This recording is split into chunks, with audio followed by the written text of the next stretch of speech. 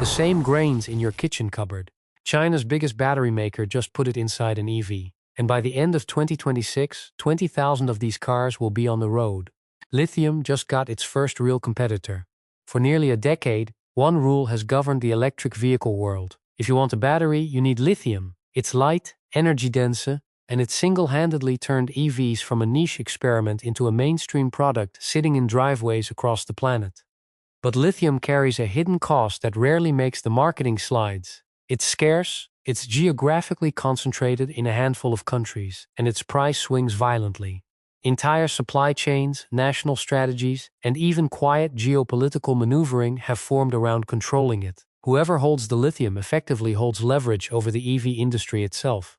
Now a new contender has stepped into the ring, and it's not exotic at all. It's sodium, the element behind ordinary table salt. CATL, the Chinese company that alone supplies close to half of all batteries used in electric vehicles worldwide, has announced plans to equip up to 20,000 vehicles with sodium-based batteries before the end of 2026. Not a lab prototype, not a concept reveal. Actual cars on actual roads within months. That announcement alone is enough to explain why analysts, automakers, and mining executives have all sat up and taken notice. To understand why a salt battery is such a big deal, you have to follow the money, not the chemistry. Sodium is staggeringly abundant. It's dissolved in seawater, embedded in soil, present essentially everywhere on Earth. Unlike lithium, nobody needs to negotiate mining rights in a handful of contested regions to get it. Abundance translates directly into cost. A raw material that's everywhere is, by definition, cheap to extract and process. And that cheapness flows straight through to the one number that actually decides whether ordinary buyers can afford an EV. The price of the battery pack, which remains the single most expensive component of any electric car. Shave the cost of that one part down significantly, and the sticker price of the whole vehicle drops with it. This is precisely the appeal CATL is selling. Not a marginal chemistry upgrade, but a structural fix to the affordability problem that has kept EVs out of reach for huge segments of car buyers worldwide. CATL has branded its sodium-ion battery family Na Extra, and unlike earlier sodium battery promises that stayed stuck in the prototype stage, the company's chief scientist has confirmed that the manufacturing bottlenecks once blocking mass production have been resolved. That distinction matters enormously. It's the gap between a slide in a keynote presentation and a battery pack actually rolling off an assembly line.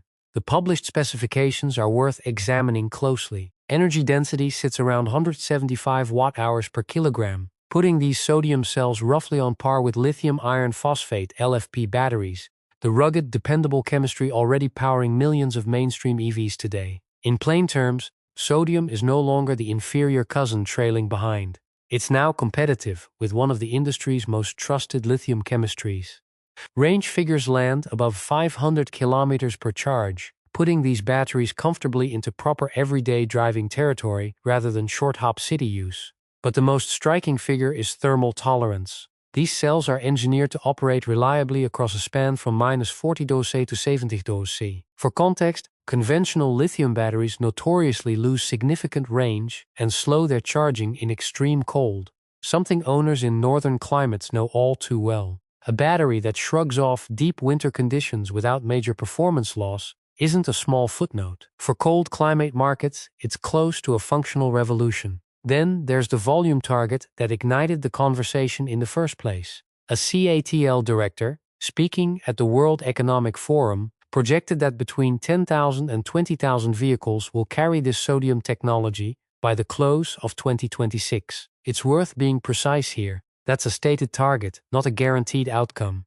But CATL's track record matters.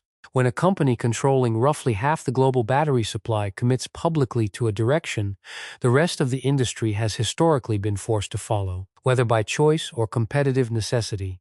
Step back and look at the scale of what's been built on lithium. Mining operations, processing plants, entire corporate strategies, even national industrial policy. Trillions of dollars have been committed on the assumption that lithium was simply the only viable path forward for electrification. Now, the largest battery manufacturer on the planet is casually suggesting there's another route, one that doesn't require fighting over a scarce resource at all. If sodium battery costs collapse the way CATL projects, And if production scales as planned, the logic becomes uncomfortable for the lithium establishment. Why would an automaker pay a premium for lithium to build an ordinary, everyday family car when a comparable result is achievable, using a material the ocean provides essentially for free? But here's the part that rarely makes it into the headlines, and it changes the entire framing of the story. CATL has been transparent that this sodium technology isn't designed to dethrone lithium in high-performance, long-range, premium vehicles.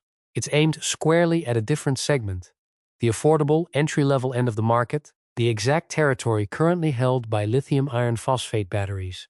The reason is straightforward chemistry. Sodium still can't match the energy density of top-tier lithium cells. If you want a performance EV capable of covering 1,000 kilometers without stopping, lithium remains the superior choice for now. So the honest, unsensational conclusion is this: lithium isn't disappearing overnight, but for the first time, it faces a credible, well-funded competitor in the exact market segment it can least afford to lose: the budget-friendly car, which happens to be where the overwhelming majority of the world's vehicles are actually sold. When a manufacturer of CATL scale targets that segment using a virtually free raw material, the effect isn't an instant collapse. It's a slow erosion, pressure applied at the edges, gradually forcing prices and strategies to shift across the entire industry. What does this actually mean in practical terms? If CATL's sodium technology scales as promised, the likely outcome is cheaper electric vehicles arriving in the affordable segment sooner than most expected, a global EV supply chain less dependent on a single volatile metal, and a fresh wave of competitive pressure pushing every major automaker to respond. This isn't speculative fiction, it's a production line already running in 2026. So here's the real question worth sitting with. Would you choose a car built on sodium, or do you still trust lithium to carry the future? Either way, one thing is clear: the battery race just got a serious new contender, and the industry will be reshaping itself around that fact for years to come.